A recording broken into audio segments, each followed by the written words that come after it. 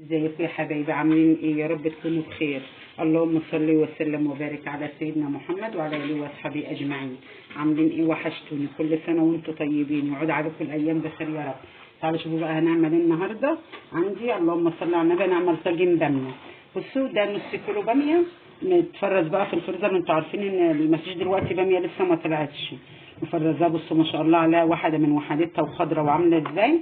ده نص كيلو. وعندي بصليه كبيره فرمها ناعم، وعندي قرنين فلفل مفرومين وتوم. بس انا مش هاخد الفلفل والثوم طبعا، ده كله كتير. هاخد على قد الباميه بس. وعندي اللحمه سلقاها اهي.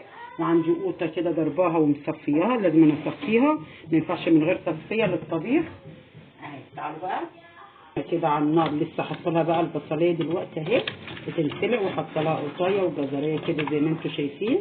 دي كده بتتسلق. باخد منها الشوربه علشان اغطي الشوربه عشان اطبخ منها الباميه اهي. هشيلها بقى على العين بتاعها على النار، واحط فيها اللهم صل على النبي حته سمنه كده.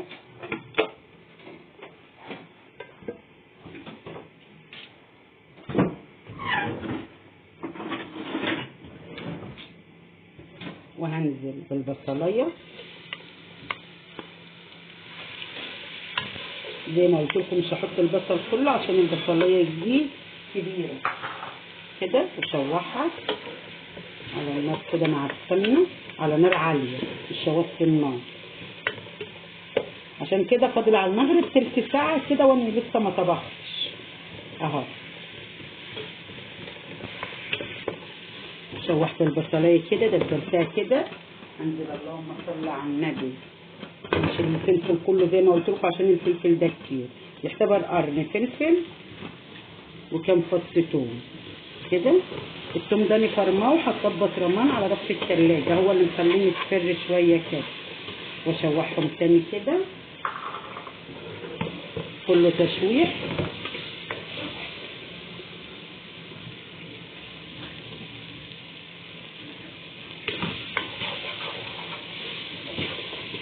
لو شميتوا الريحه بقى ما شاء الله على الريحه من الثومه بقى والبصلايه والقرن الفلفل اهي.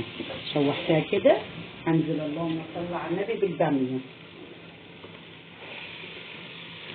مش هنزل بالقوطه الاول،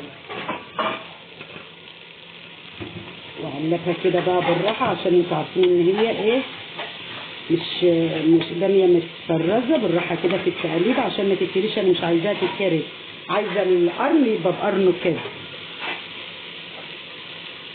كده بالراحه كده. شوحتها تشويحه حلوه كده على في قلب البصلايه والثومه والفلفل. هنزل بالقوطه اللي انا ضربها دي كده. تقلب بقى كده بالراحه كده. انا ما بعصجلهاش القوطه، خالص. ما بفتحهاش مع البصل. انا بحط للباميه القوطه بتاعتها نيه كده، بتبقى مسكره وحلوه. والقوطه بتاعت الايام دي مسكره. احط لها بقى الشوربه بتغلي اهي. احط لها بقى كبشتين 2 شوربه كده. انتوا عارفين ان الباميه ما بتاخدش شوربه كتير كده. قلبها تقليبه خفيفه.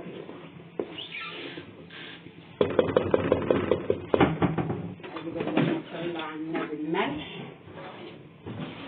كده حبه ملح كده عشان تنزبط، مش كتير بقى علشان الشوربه فيها ملحه وفيها حاجه توابلها وحاجتها. واحط لها شعره صغيره كده صغيره خالص اهي. فلفل اسمر كده. الباميه زي ما قلت لكم قبل كده انا ما بحبش احطها. الطبيخ بتاعنا يبقى تقيل، بيبقى بين البنين كده وسط كده اهو. افضيه بقى في الطاجن كده. غلوتين 2 على النار كده زي ما انتم شايفينها كده. غلوتين 2 بس. بصوا بقى مش باين القوطه ان هي متسبكه خالص. القوطه طازه زي ما انتم شايفينها كده بشكلها ما شاء الله عليها. هجيب اخدها كده اللهم صل على النبي كده بالباميه كده اهي. هدخلها بقى الفرن. هولعه من تحت ومن فوق لغايه ما المغرب يقول الله اكبر اهي هي كده بقى ادخلها الفرن زي ما انتم شايفينها كده. طلعت طاجن الباميه من الفرن اهو. على فكره طاجن الباميه ده لسعني وانا حاطه ايديا في ميه ساقعه اهو. طلع شوفوا ما شاء الله عليه عامل ازاي. وقليت بدنجان كده وحدقته، ما كانش عندي بدنجان عروس، كان عندي بدنجان ايطالي قطعته وحرشت عليه حبه ملح زي ما انتم عارفين كده، وقليته وحدقته اهو. واللحمه اهي، واللهم صل على النبي. وطلعت مخلل بقى اللي ياكله، وعملت عصير جوافه وتمر. وده بقى كان فطارنا النهارده في ثواني كده، فطار خفيف في ثواني كده. واللي وصل معايا لغايه هنا يحط لي لايك واشتراك كومنت حلو كده. ربنا يخليكم يا رب، ما نحرم منكم يا رب ابدا، داخل مصر وخارج مصر والامه العربيه كلها. اتفضلوا افطروا معانا واشوفوا وشكم على خير ومع السلامه.